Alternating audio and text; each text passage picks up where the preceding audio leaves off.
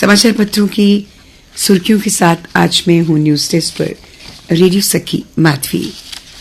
सुर्खियों से पहले एक सूचना हम आप तक पहुंचाना चाहते हैं।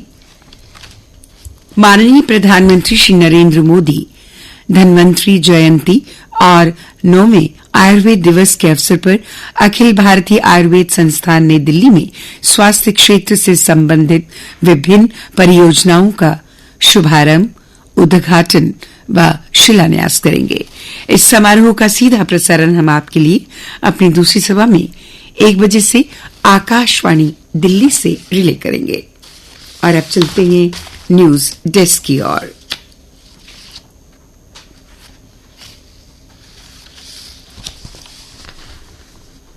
कश्मीर के बाद एक बार फिर आतंकियों ने जम्मू को टारगेट किया है। सोमवार को जम्मू जिले के अखनूर के पलावाला सेक्टर में नियंत्रण रेखा पर सुरक्षा बलों ने आतंकी हमले को नाकाम कर दिया। ऑपरेशन में एक पाकिस्तानी आतंकवादी को मार गिराया गया। 2 अन्य दहशतगर्द जंगल की ओर भाग निकले। तलाश में एनएसजी कमांडो उतारे। आतंकी ठिकाने की तलाशी के दौरान दहशतगर्दों ने उसे निशाना बनाया। सेना ने आतंकियों का खात्मा करने के लिए बोयावाया मशीना पेखोटी या BMP-2 1980 के दशक का सोवियत संघ का पैदल सैन्य लड़ाकू वाहन भी मुठभेड़ स्थल पर तैनात किया है। जम्मू कश्मीर में बीते 1 हफ्ते में ये 5वां आतंकी हमला है। इन हमलों में 3 जवान बलिदान हुए हैं। 8 नागरिकों की भी मौत हुई है।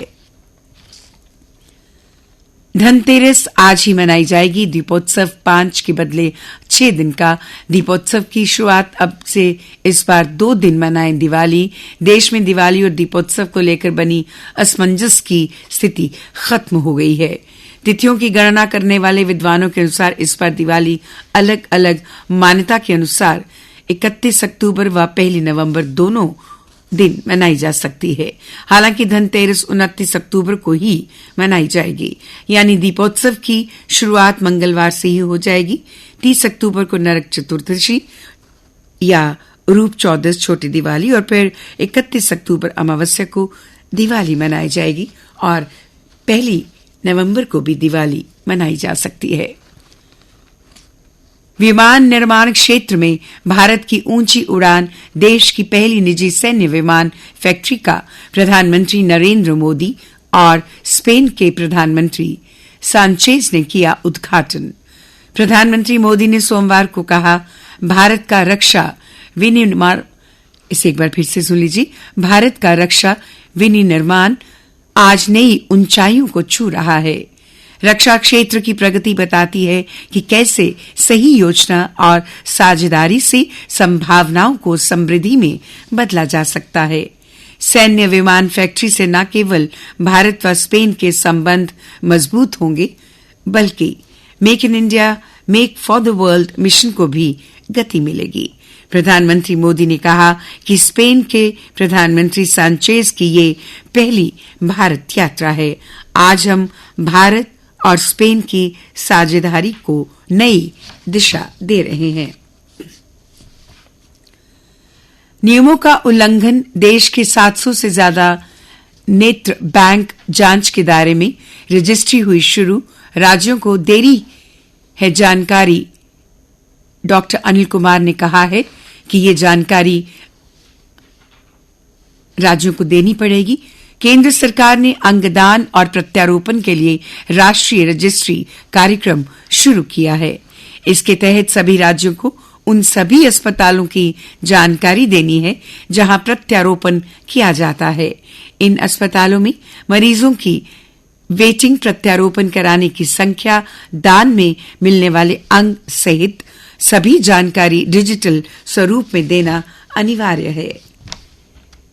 देपसाग डेमचोक में तोड़े जा रहे अस्थायी शिविर, आज पूरी हो जाएगी सैन्य वापसी।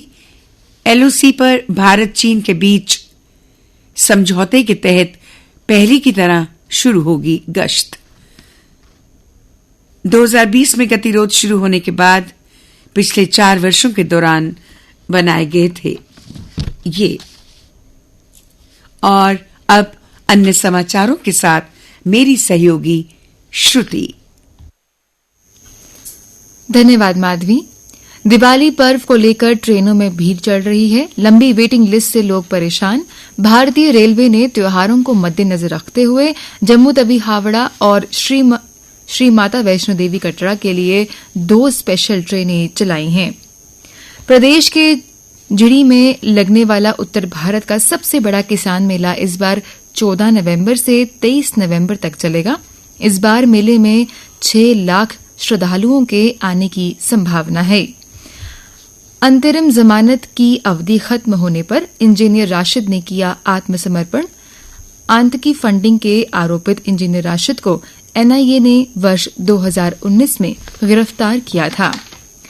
कश्मीर में विभिन्न विभागों में कार्यरत पीएम पैकेज विस्थापित और जम्मू के कर्मियों के लिए दिवाली का 3 दिन यानी 30, 31 अक्टूबर एवं 2 नवंबर का विशेष अवकाश घोषित किया गया है।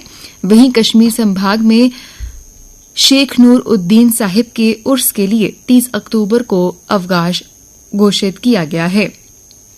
नगरोटा के पंचग्राई सड़क हादसे में 3 युवकों की मौत के मामले की प्रशासनिक जांच होगी। जिला मजिस्ट्रेट ने जारी किए आदेश। एडीसी रेवेन्यू 7 दिन के भीतर सौंपेंगे रिपोर्ट। आपको बता दें कि रविवार को नगरोटा के पंचग्राई में एक ऑयल टैंकर की टक्कर से बाइक पर सवार 3 युवकों की जान चली गई। और अब समाचार खेल जगत से। सीनियर विमेन ट्रॉफी में जम्मू कश्मीर ने तमिलनाडु को 7 विकेट से हराया। रूबिया की नाबाद 78 रन की पारी से जीती जम्मू कश्मीर की बेटियां। न्यूजीलैंड की महिला टीम के साथ तीसरा वनडे मैच आज। हरमनप्रीत और मंधाना पर बल्लेबाजी की बड़ी जिम्मेदारी। न्यूजीलैंड के खिलाफ भारत चौथी वनडे सीरीज खेल रहा है। पिछले 3 सीरीज में भारत ने 2 सीरीज जीती और 1 ड्रॉ रही। चिराग चिकारा अंडर 23 विश्व चैंपियन बनने वाले तीसरे भारतीय पहलवान बन गए हैं। भारत ने अंडर 23 विश्व कुश्ती चैंपियनशिप में 1 स्वर्ण और 9 रजत सहित पदक जीते हैं। गैरी कर्टसन ने छोड़ा पाकिस्तान टीम का कोच पद। पाकिस्तान क्रिकेट बोर्ड यानी पीसीबी से मतभेद के बाद 6 महीने में ही दिया इस्तीफा। और अब जानकारी मौसम की। मौसम विभाग के अनुसार आज प्रदेश में बादल छाए रहने की संभावना है। कल शहर में अधिकतम तापमान 31 डिग्री सेल्सियस और न्यूनतम तापमान 19.5 डिग्री सेल्सियस रिकॉर्ड किया गया। आज सूर्यास्त 5:45 पर होगा और कल यानी बुधवार को सूर्योदय 6:48 पर होगा।